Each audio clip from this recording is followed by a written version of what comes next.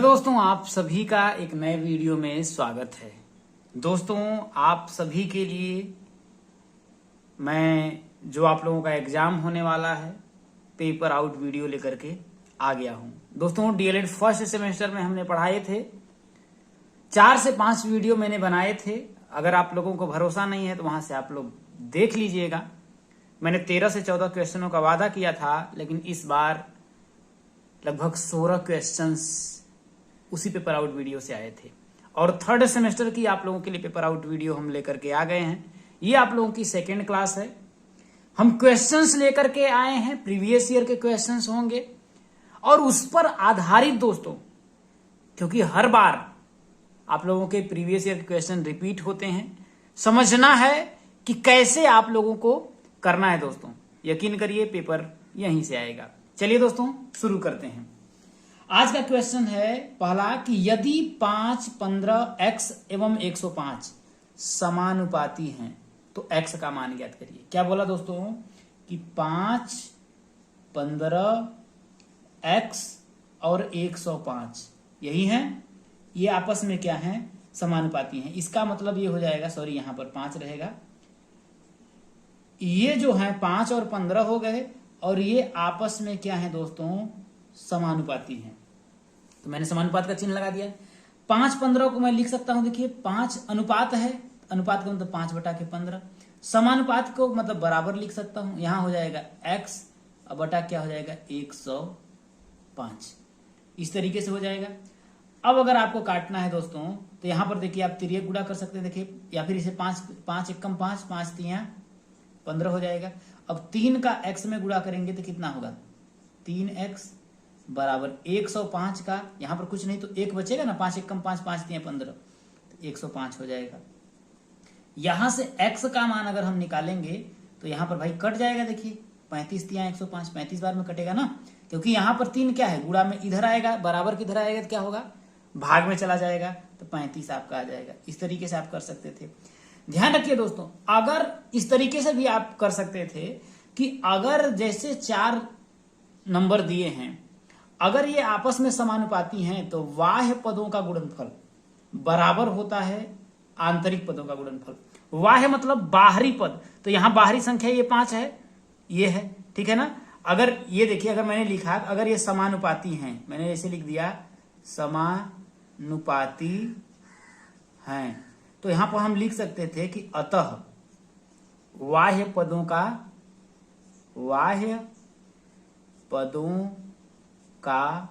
गुणनफल, बाह्य पदों का गुणनफल बराबर होगा आंतरिक पदों का गुणनफल। आंतरिक पदों का गुणनफल, तो बाह्य पद कौन सा होंगे, देखिए बाह्य मतलब बाहरी पद दोस्तों। तो बाहरी पद क्या है, ये 5 है, 105 है, तो हम ऐसे लिख सकते थे 5 गुणे 105 बराबर आंतरिक पद क्या होंगे, 15 गुणे x। तो यहां से देखिए 15 सत्ते 105, 7 पचे 35, तो यहाँ x का मान कितना आ जाएगा, 35 आ जाएगा। इस तरीके से भी आप इसको सॉल्व कर सकते हैं दोस्तों। अगला क्वेश्चन है दोस्तों, इंपॉर्टेंट है और इस तरीके का प्रश्न आप लोगों से पूछा जाएगा, ठीक है, ध्यान दीजिएगा। कह रहा है कि चेक कितने प्रकार के होते हैं, उनके नाम लिखिए। तो दोस्तों, चेक जो होता है ना, कई प्रकार का चेक होता है। जैसे कुछ चेकों का हम आप लोगों को नाम बता देते हैं। आप लिख सकते हैं वाहक चेक। क्या दोस्तों, वाहक चेक होता है, आर्डर चेक होता है, आर्डर चेक होता है, और रेखांकित चेक होता है, रेखांकित चेक होता है, और आप लोगों का खुला चेक होता है, खुला चेक होता है, और आप लोगों का उत्तर दिनांकित चेक होता है, उत्तर दिनांकित चेक होता है, ठीक है। इस तरीके से आप नाम लिख सकते हैं, ठीक है, उनके नाम लिखना था। अगर दोस्तों आप लोगों से पूछ दिया जाए कि बैंक कितने प्रकार के होते हैं, देखिए इंपॉर्टेंट है, याद रखिएगा, बैंक कितने प्रकार के होते हैं, तो बैंक आपसे पूछा जाएगा तो वो 4 प्रकार का होता है। कितना, 4 प्रकार का होता है। कौन कौन सा होता है भैया, एक होता है सेविंग अकाउंट। क्या होता है? सेविंग अकाउंट होता है, ठीक है। एक होता है आप लोगों का करेंट अकाउंट होता है। क्या होता है? करेंट अकाउंट होता है। एक आप लोगों का होता है फिक्स्ड अकाउंट। फिक्स्ड अकाउंट होता है। और एक होता है आप लोगों का रिकरिंग अकाउंट। क्या होता है? रिकरिंग अकाउंट होता है। सेविंग अकाउंट को अगर आप बोलेंगे तो बचत खाता, हिंदी में अगर आप बोलें तो बचत खाता। करेंट अकाउंट को आप लोग बोलेंगे चालू खाता, चालू खाता। फिक्स्ड अकाउंट को बोलेंगे सावधि जमा खाता, सावधि जमा खाता। और रिकरिंग अकाउंट को आवर्ती बोलेंगे, आवर्ती जमा खाता। तो इस तरीके से ये चीजें इंपॉर्टेंट हैं, याद रखिए। चेक कितने प्रकार के? कई प्रकार के होते हैं। वाहक चेक, आर्डर चेक, रेखांकित चेक, खुला चेक, उत्तर दिनांकित चेक। इसमें कुछ भी लिख सकते हैं, लेकिन बैंक को याद रखिएगा। बैंक आप लोगों के 4 प्रकार के होते हैं। पहला कौन सा? सेविंग अकाउंट, दूसरा करेंट अकाउंट, तीसरा फिक्स्ड अकाउंट और चौथा रिकरिंग अकाउंट। चलिए दोस्तों आगे बढ़ते हैं। अब अगला क्वेश्चन है दोस्तों, ध्यान रखिएगा, इंपॉर्टेंट है। और मैं 100% देखिए यहां पर लिख देता हूं कि इस तरीके का प्रश्न आप लोगों का पूछा जाएगा, 100% आप लोगों का आएगा। क्वेश्चंस क्या है कि 40,000 का 8 सही 1/2% वार्षिक ब्याज की दर से 4 वर्ष का साधारण ब्याज ज्ञात कीजिए। क्या पूछा है? साधारण ब्याज। तो इसका केवल एक ही फॉर्मूला होता है, साधारण ब्याज बराबर मूलधन गुणे दर गुणे समय और बटा के क्या होता है? 100, यानी कि 100 होता है। यहां पर देखिए 40,000, यहां पर 40,000 रुपया क्या है? हमारा मूलधन है। कितना है? 40,000। दर यहां पर दे दिया है, कितना है? 8 सही 1/2%। इसको सब पूर्ण भिन्न में बदलिए। तो देखिए 8 में 2 का गुणा करेंगे तो 8 गुना के 16, 16 में 1 गुना, क्योंकि 8 सही 1/2 है। तो हम क्या करेंगे? इस 8 में 2 का क्या करेंगे? गुणा करेंगे। जो आएगा उसमें 1 जोड़ देंगे और बटा क्या लिखेंगे? 2। तो 8 गुना के 16, 16 में 1 जोड़ेंगे कितना होगा? 17। तो 17/2% हो जाएगा। यहां तक बातें आप लोगों को समझ में आ गई होंगी। अगला है समय। समय इसमें यही तो है, मूलधन दर समय। समय दिया है कितना? 4 वर्ष। ध्यान रखिएगा 4 वर्ष दे दिया। अब हम इसको निकालेंगे। देखिए तो मूलधन कितना दिया भैया आपका? 40,000। दर दिया, देखिए दर कितना है? 17/2। तो 17/2 इंटू समय कितना दिया है आपका? 4 वर्ष। अब पूरा के बटा क्या हो जाएगा आपका? 100 हो जाएगा। देखिए इस 2 से इसको काटेंगे, 2 दूना के कितना हो जाएगा आपका? 4 हो जाएगा। ये देखिए 2 शून्य से आपका ये 2 शून्य कट जाएगा, कट जाएगा। आया कितना? देखिए आपका यहाँ देखिए 400, 400 आया। अगुड़े यहाँ 17 का 2 में गुणा करेंगे तो कितना होगा? या फिर 17 अगुड़े कितना हो जाएगा आपका? 2 हो जाएगा। गुणा कर दीजिए। देखिए 17 चौके कितना होगा? 17 चौके 17 चौके 68, 6800।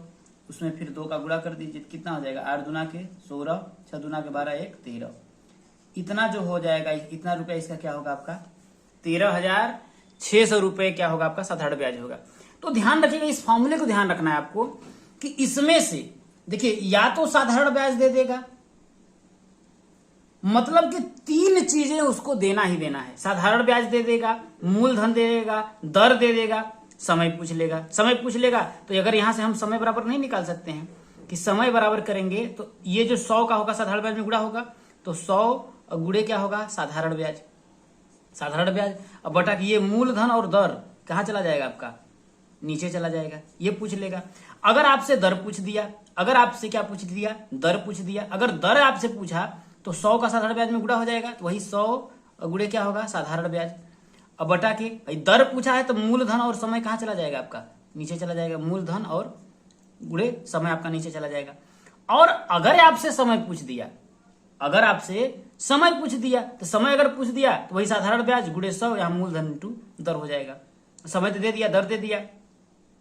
अगर आपसे मूलधन ही पूछ दिया, अगर यहां पर हम मान लेते हैं आपका मूलधन ही पूछ लिया, तो मूलधन पूछा तो इस 100 का अगर भाई हम यहां पर बटा के 1 मानेंगे तो 100 का 1 में गुणा करेंगे तो वही हो जाएगा 100 और गुणे क्या होगा आपका साधारण ब्याज बटा के नीचे क्या हो जाएगा आपका, देखिए सॉरी मूलधन पूछा ही है तो क्या हो जाएगा आपका दर और गुणे क्या हो जाएगा आपका समय हो जाएगा।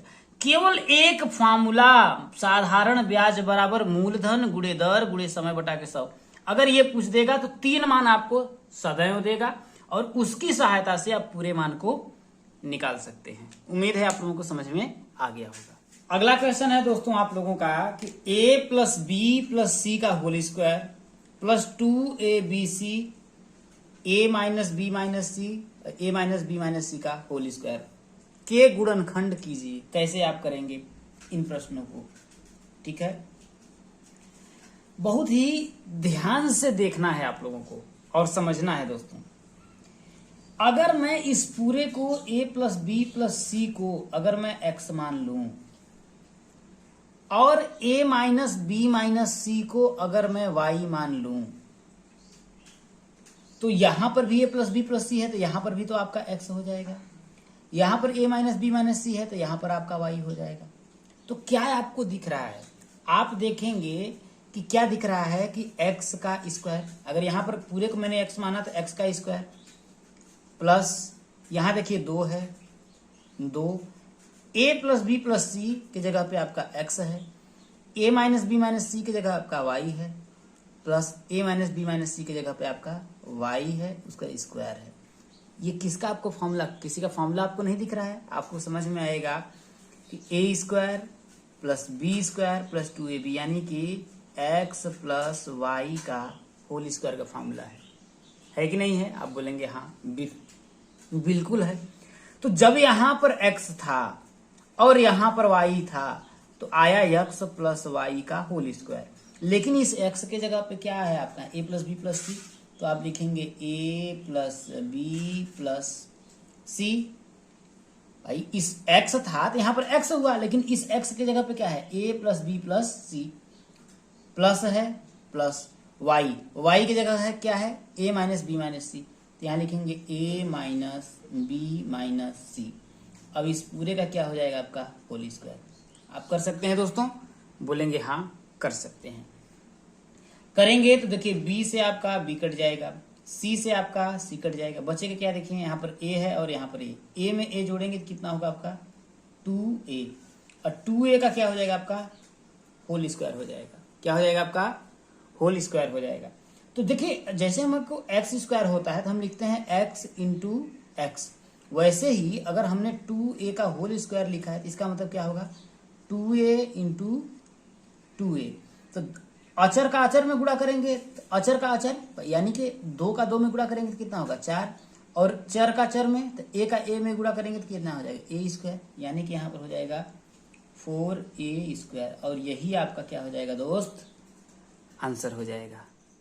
अब अगला क्वेश्चन है दोस्तों 100% क्वेश्चंस आएगा, देख लीजिएगा आप लोग एग्जाम में, और मैं ऐसा तरीका आपको बताने वाला हूं कभी भी आप लोगों को नहीं भूलेगा, एकदम बेहतर तरीका।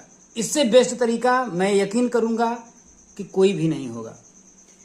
क्वेश्चंस है कि 9x³ minus 45x square plus 71x minus 40 में 3x माइनस 8 से भाग देकर भागफल तथा शेषफल ज्ञात कीजिए। ये बोला है, चलिए दोस्तों हम लोग इसको सॉल्व करते हैं।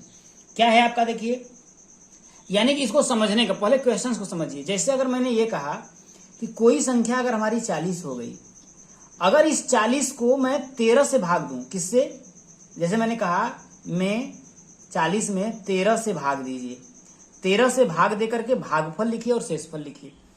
तो 40 को मैं क्या करूंगा 13 से भाग दूंगा, तो 13 तिया कितना होगा 39 होगा, शेषफल कितना आएगा 1। तो ये जो होता है, ये जो 40 है ना ये भाज्य है। क्या है दोस्तों, ये भाज्य है। ये जो 13 है ना ये क्या है आपका भागफल है। ये जो 3 है जो ना ये भाजक है दोस्तों। ये 13 जो है ये क्या है आपका भाजक है, ठीक है। ये जो 3 है वो क्या है, भागफल है, और ये जो 1 है ये क्या है आपका शेषफल है। तो इस तरीके का अगर था तो आप लोगों ने आसानी से कर लिया, इसको वो भी वैसे ही करेंगे।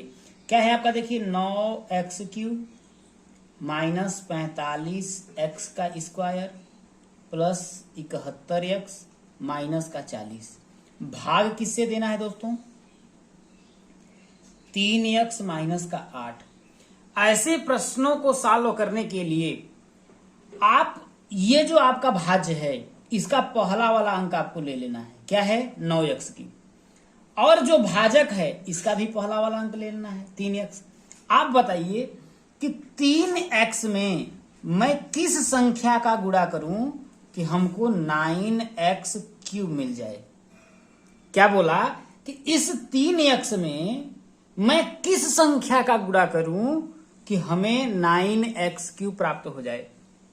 तो ऐसा प्राप्त, जैसे मैंने कहा कि भाई 3 में मैं किस संख्या का गुणा करूं कि मुझे 9 मिले, तो आप बोलेंगे ये संख्या निकालने के लिए क्या मैं इस 9 से अगर मैं ये 3 से भाग दे दूं तो 3 त्रिक का 9, यानी कि यहां पर 3 में अगर मैं 3 का गुणा करूं तो मुझे 9 मिल जाएगा। आप बोलेंगे हाँ या ना, आप बोलेंगे बिल्कुल सही। तो वैसे ही हम क्या करेंगे दोस्तों, ये निकालने के क्या किसका गुणा करें वो निकालने के लिए ना इसके साथ जो संख्या का गुणा किया गया है ना उसी संख्या से इसमें हम क्या करेंगे, भाग दे देंगे। यानी कि 9x³ में मैं क्या करूंगा, 3x से भाग दे दूंगा। तो 9 3 से कटेगा, कितनी बार में जाएगा, देखिए 3 त्रिक का 9, 3 एकम 3, 3 त्रिक का 9, 3 बार आया। अब यहां देखिए x³ है, x³ देखिए x³ का मतलब है कि x into x into x का 3 बार गुणा, लेकिन नीचे x कितनी बार है, 1 है। तो अगर 1 x कट जाएगा तो x कितनी बार बचेगा भाई, अगर 3 से 1 कट जाएगा तो कितना बचा गया, 2। तो मैं लिख सकता हूं 3x²। हाँ या ना, आप बोलेंगे हाँ बिल्कुल। तो यानी कि मैं 3x में मैं किसका 3x² का गुणा करूंगा तो मुझे 9x³ प्राप्त हो जाएगा। यहां तक बातें आप लोगों को समझ में आ गई होंगी। अब जो 3x² आया ना उसका इसमें भी गुणा करिए, अब इस 3x² का इसमें भी, यानी कि ये जो 3x² है ना इसका गुणा आपको 3x माइनस 8 में करना है। तो 3x² का इसमें गुणा करेंगे, देखिए 3 त्रिक का 9, x² का x में गुणा करेंगे तो कितना होगा, x³ हो जाएगा। माइनस का चिन्ह है माइनस, 8 त्रिक का 24, 24 x² है, यहां पर कोई चर है नहीं है तो x का स्क्वायर हो जाएगा। यानी कि हो जाएगा देखिए 9x³ माइनस था, माइनस कितना हो जाएगा आपका, देखिए 24x का स्क्वायर। ठीक है, यहां तक बातें आप लोगों को समझ में आ गई होंगी। अब आगे बढ़ते हैं दोस्तों। अब क्या होता है, जैसे यहां से हमने जब किया तो ये घटता है ना, माइनस लगता है ना, तो यहां पर भी माइनस लगेगा। ये प्लस में है तो माइनस में हो जाएगा, ये माइनस में है तो चिन्ह क्या हो जाएगा, उलट जाएगा, तो ये क्या हो जाएगा आपका प्लस में हो जाएगा। अब ये तो कट जाएगा क्योंकि ये देखिए 9x³ यहां पर भी है, यहां पर भी 9x³ है, कट जाएगा। आप बोलेंगे हाँ बिल्कुल कट जाएगा। अब यहां पर देखिए -45x² है और यहां पर +24x², ऐसे देखिए -45x² है। देखिए घात दोनों का समान रहेगा तभी जुड़ेगा और तभी आपका घटेगा, तो घात तो समान है। अब यहां देखिए प्लस का कितना आ गया है, 24x² हो गया। अब समझिए ये तो दोनों पावर समान है, इसका मतलब ये आपस में जुड़ घट जाएगा। लेकिन 45 बड़ा है और 24 क्या है, छोटा है, और 45 माइनस में है, 24 किस में है, प्लस में है। तो ऐसा करने के लिए हम 45 में से 24 को क्या करेंगे, घटा देंगे। तो 45 में से अगर हम 24 को घटाएंगे तो 5 में से 4 गया 1, 4 में से 2 गया 2, 21 आएगा। लेकिन ये बड़ा नंबर था, वो माइनस में था तो हम माइनस लगा देंगे, यानी कि यहां हो जाएगा माइनस का 21x का स्क्वायर। इसके बाद अगला वाला जो नंबर है आपका प्लस का, ये प्लस का 71 है तो प्लस का 71 हम x उतार लेंगे। ठीक है, यहां तक आप लोगों को कोई दिक्कत नहीं होगा। फिर वही काम क्या कि 3x में मैं किसका गुणा करूं कि मुझे पहला वाला नंबर चाहिए, क्या माइनस का 21x² आ जाए। क्या करेंगे दोस्तों कि 3x में मैं किस नंबर का गुणा करूं कि मुझे -21x² प्राप्त हो जाए। तो मैंने कहा कि कुछ नहीं करना है कि ये जो 3x है ना यहां वाला उसको इससे भाग दे देना है, तो यहां बटा के आप 3x लिख लीजिए। तो 3 सत्ते कितना हो जाएगा, 21 7 आया। अब देखिए यहां पर 1x था, यहां पर x² है, तो एक्स स्क्वायर का मतलब क्या है, एक्स इंटू एक्स। तो एक एक्स से एक एक्स कट जाएगा तो बचेगा कितना, एक्स। यहाँ एक्स बचा, माइनस का तो चिन्ह यहाँ पर कोई काटा नहीं, तो यहाँ माइनस का 7, यानी कि यहाँ पर हम माइनस के 7 एक्स से गुणा करेंगे। अब माइनस के 7 एक्स का गुणा फिर यहाँ पर पूरे में कर लेंगे, यानी कि माइनस के 7 एक्स का गुणा आप 3 एक्स माइनस का 8 में करेंगे। तो देखिए यहाँ पर माइनस, यहाँ पर कोई चिन्ह नहीं है तो प्लस मान लेंगे, प्लस और माइनस माइनस। 7 एक्स का गुणा 3 एक्स में करेंगे, भाई 7 त्रिक का 21, एक्स का एक्स में गुणा करेंगे तो एक्स का स्क्वायर, माइनस और माइनस का गुणा करेंगे तो क्या होगा आपका प्लस। 8 7 कितना हो जाएगा आपका 56, एक्स है तो एक्स हो जाएगा, कोई दिक्कत। तो यहाँ पर आप लिखेंगे कि माइनस का 21 एक्स का स्क्वायर और प्लस का कितना हो जाएगा 56 एक्स हो जाएगा दोस्तों। यहां तक कोई दिक्कत, आप बोलेंगे बिल्कुल कोई दिक्कत नहीं है, ठीक है। इसको भी मैं मिटा देता हूं, ठीक है। अब जब करेंगे तो फिर वही काम, हम घटाते हैं तो यहाँ माइनस का चिन्ह क्या हो जाएगा, प्लस में हो जाएगा। ये प्लस में है तो क्या होगा, माइनस में हो जाएगा। अब काटेंगे क्योंकि ये माइनस में है, ये प्लस में है, तो आपस में कट जाएगा। अब देखिए यहाँ पर 71 एक्स है, यहाँ 56 एक्स है, तो 71 एक्स को रुपया मानिए, क्योंकि देखिए चर की घात यहाँ पर भी एक है, यहाँ पर भी एक है, इसका मतलब ये जुड़े और घट सकता है। तो 71 में से 56 घटाएंगे तो कितना हो जाएगा, 6 5 11 और 6 में से 5 गया 1 तो 15। देखिए 71 प्लस में था ना, बड़ा था तो प्लस में था, ये आपका माइनस में हो गया तो 15 एक्स। अब नीचे क्या है, माइनस का 40 है, भाई ये माइनस का 40 बचा था ना, तो इसको हम यहाँ पे उतार देंगे तो माइनस का कितना हो जाएगा 40। अब फिर वही काम कि 3 एक्स में मैं किस संख्या का गुणा करूं कि मुझे 15 एक्स आ जाए। आप साथ साथ बोलिए कितने का गुणा करूं। तो मैंने कहा भाई ये जो 3 एक्स है ना, इससे भाग मैं दे दूंगा यहाँ पर।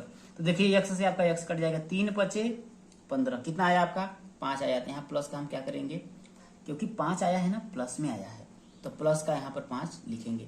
अब वही 5 का इसमें गुणा करेंगे, देखिए तो वही प्लस का जो 5 है उसका गुणा हम किस में करेंगे, 3 एक्स माइनस का 8 में करेंगे। तो 5 तिया कितना हो जाएगा आपका 15 एक्स हो जाएगा, माइनस और प्लस का गुणा माइनस, 8 पंचे कितना हो जाएगा आपका 40 हो जाएगा, आ जाएगा। तो यहाँ पर लिखेंगे 15 एक्स माइनस का 40। अब वही घटाएंगे तो ये प्लस में है तो क्या होगा माइनस में, ये माइनस में है तो क्या हो जाएगा प्लस में, ये भी कट जाएगा और ये भी कट जाएगा। शेषफल कितना आपका आएगा 0। इसने कहा भाग देकर भागफल तथा शेषफल, तो ये जो है इसका क्या है दोस्तों, भागफल है, तो भागफल है। और ये जो 0 आया है ये क्या है आपका शेषफल है। तो उम्मीद है कि आप लोगों को बेहतर तरीके से समझ में आया होगा। पेपर में आएगा तो पेपर की खोपड़ी में छेद करके आइएगा दोस्तों, इस तरीके का अगर आपका प्रश्न आया तो। चलिए आगे बढ़ते हैं। अगला क्वेश्चन है दोस्तों, देखिए चित्र में ओ वृत्त का केंद्र है। ये देखिए ओ जो है इस वृत्त का, ये जो वृत्त है इसका क्या है आपका केंद्र है। एपी स्पर्श रेखा है, ये जो एपी है ना, ये क्या है, इस वृत्त की एक स्पर्श रेखा है, ठीक है। तो यहां पे कह रहा है एपी ये जो स्पर्श रेखा है ना, तो एपी की लंबाई ज्ञात करिए। मुझे एपी की ही ये लंबाई ज्ञात करना है, एपी बोले या पीए की ही लंबाई ज्ञात करना है, जहां ए क्या है आपका स्पर्श बिंदु है। तो हमने आप लोगों को प्रमेय, आप लोग जब पढ़े होंगे ना, बताया है कि जैसे कोई भी रेखा है, ठीक है ना, अगर कोई स्पर्श रेखा इस तरीके से स्पर्श करती है तो उस पर ये जो होता है ना भाई, ये जो अगर जैसे ओ, जैसे एपी है ना, जैसे एपी ये जो स्पर्श रेखा है, तो ये अगर मैं ओ मान लूं, इसको ए मान लूं, तो ये और ये जो स्पर्श रेखा है यहां से कोई भी जो आ रही है एपी, यहां पर 90 अंश का कोण बनाते हैं। कितना दोस्तों, 90 अंश का कोण बनाते हैं। जब ये 90 अंश का कोण बनाते हैं तो यहां पर एक चीज आपको ध्यान में देखने को मिलेगा। अगर ये 90 अंश का कोण बनाया, ध्यान से समझने का प्रयास करिएगा दोस्तों, मैं इसको अलग से आपको समझाने का प्रयास करता हूं। ये इस तरीके से आपका हो गया, ये इस तरीके से हो गया, ठीक है। ये आपका P हो गया, ये आपका A हो गया, ये आपका O हो गया। अगर ये 90 अंश कोण बनाया और ये 12 हुआ, इसके सामने वाला ये जो हो गया, ये 13 जो है, ये क्या कर्ण है। आप बोलेंगे क्या ये आपका कर्ण है, आप बोलेंगे हाँ। और ये क्या आपका लंब है, आप बोलेंगे हाँ। तो क्या इसमें हम पाइथागोरस नहीं लगा सकते हैं, है कि नहीं, लगा सकते हैं ना। तो कोण A, यानी कि यहां पर अगर हम ये देखें क्या कि कोण A बराबर 90 अंश। जब 90 अंश हो गया तो त्रिभुज किसमें त्रिभुज ओ ए पी एक क्या होगा, समकोण त्रिभुज होगा, समकोण त्रिभुज होगा कि नहीं। जब ये समकोण त्रिभुज होगा, अतः पाइथागोरस प्रमेय से,